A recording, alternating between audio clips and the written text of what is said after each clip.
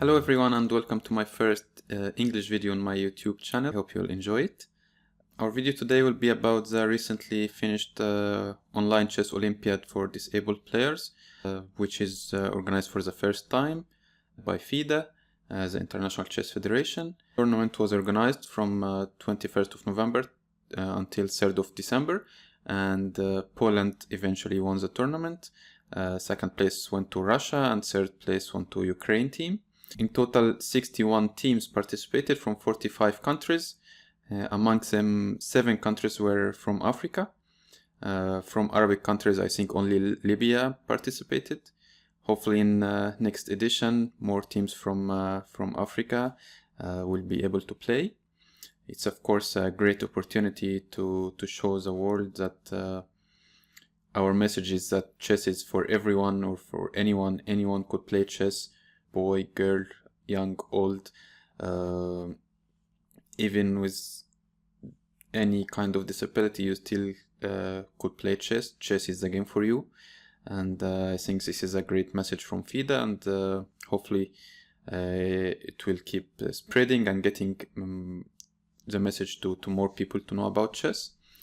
So our video today will be about the Brilliancy prize for the tournament. We had a short list of 15 games to choose from, the best game.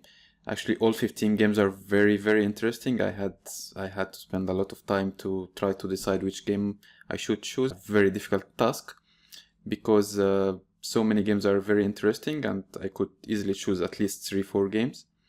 But finally, I have to only vote for one game. So we will now be analyzing the game that I think is the best, in my opinion at least. So the game was played between Vladimir Trkaljanov from Macedonia against Irina Ostry from Kyrgyzstan. So Vladimir had the white pieces, and the game started with e4, c5, knight f3, e6, Sicilian Paulson, d4, open Sicilian, and a6, Sicilian Khan, I think it's called. Bishop d3, knight f6, castle, knight c6. Okay, so far I think all quite normal moves. Bishop e3, knight e5. And here white, okay, played, I think, maybe not the best move. But I think because of this move, the game became a super brilliant game. So sometimes you play a bad move, but it leads to fantastic results, as you will see. So white here went very aggressive with f4. Of course, he maybe was hoping that if black takes on d3, then after something like cd3, he opens the c file for his rook, and he has a strong center, and black still a bit late in development, so white is fine. But of course, f4 allowed the very strong move knight g4, which is quite annoying because now this bishop had to go to d2. But then bishop c5 is of course very strong move. After knight e2, black played the good move e5 here. Of course, the knight is pinned here, so white had to take. So when I was first checking the games, okay, I was moving, I was trying to not to check the result or the names or anything, just to evaluate the game as I see it. So when I got to this position, I said, okay, it must be that black won this game. It seems like black is doing very fine, a lot of attacking, his pin, and some mating threats here. So I thought, okay, it must be like some crushing victory here for black. But then, yeah, the game continued, and it turned out to be like fantastic, brilliant game for white, actually. So bishop f4 was kind of best move and only move also, preventing the mate on h2 and strengthening the queen. Black now wins a piece.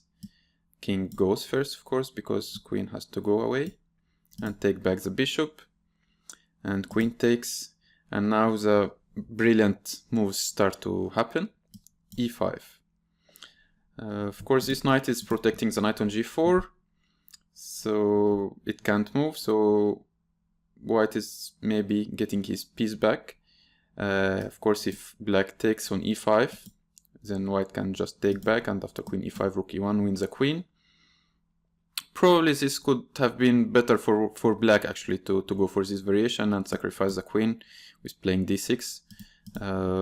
Maybe something like queen e2 and just castle and give this pawn and try to make some kind of fortress with bishop c6. Okay, not so easy to win, but of course very, very big winning chances for white with extra queen. But you know, knowing what happened in the game, maybe it was a better solution. Actually, you could go back a little bit here.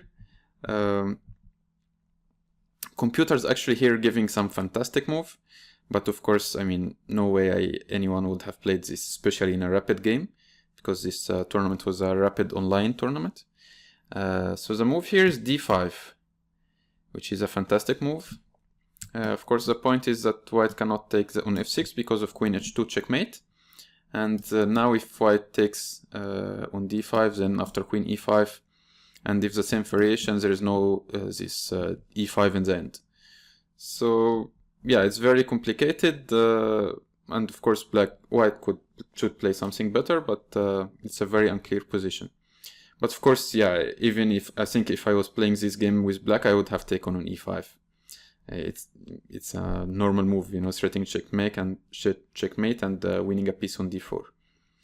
So yeah, here and after e5, of course black cannot castle because of bishop h7 check and winning the queen. So he had to go for winning more material with knight f2.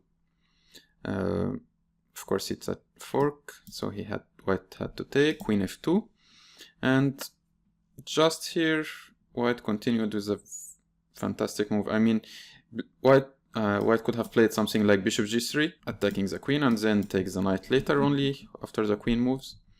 But no, he took on f6, and I believe from here he had already calculated everything, because white took back. And here a very strong move actually, if you want to try to sink. Because here, okay, some accuracy is needed for white's next move. I mean, a normal move would be like to play queen e2 check, saying, okay, if king f8, I have queen e7 and checkmate. So he has to go to d8. And maybe here, okay, you start to sink again, queen e7, take on g7 or something. But no, here white was very accurate, playing queen e1 check. It's very important to play the check from here. Because, okay, as we said, king f8 is queen e7 mate, so king d8. And now, after taking on g7, of course, rook g8 is only move. Now white has this very important resource with queen a5 check. Something, if black plays queen c7, then queen g5 is checkmate. So black had to play king e7, and now the king is just coming up by force. Rook e1, king e1, and okay, of course here white could play rook f1, winning the queen, but this gives a chance for the black king to maybe escape with king g7, and if black somehow managed to get his bishop out, it will be like queen against 2 rook after all, so maybe it's not so clear. So actually white was very precise here and played queen c3 check to get the king more to the center of the board, and only now played rook f1. Unfortunately for black, the queen has no good squares to go because there's like so many checkmates here. Any check would be almost a mate. So black had to sacrifice his queen and hope to bring his king back somehow. But of course white continued to play fantastic aggressive chess with a very important move, h4, bringing the king more up. Of course, if king goes back, there is queen f6 check and queen g5 checkmate. So he had to take after queen f6 check, king g3. Now the king is just helpless, no pieces to defend the king. King g1 was like a very nice final touch of the game, just taking this square from black king. Bishop e6, and here of course white has many mates. Actually for me, I like, there's a mate I liked. Okay, the one that white chose was bishop e2, preventing this square, and after h5 queen f2 was played, a very nice checkmate. Here I liked more this mate, queen g5, bishop g4, and queen e5 and g3. It's always nice to give a checkmate with a pawn, when possible, of course. So yeah, but anyway, white played maybe the easier mate with bishop e2 and queen f2. A fantastic game in my opinion. White played perfectly. Another reason I choose this game is that its black moves were actually very logical. I would have played them in a blitz game. That's why I'm voting for this game. I hope you enjoyed it, and I hope to see you in next videos. Thank you.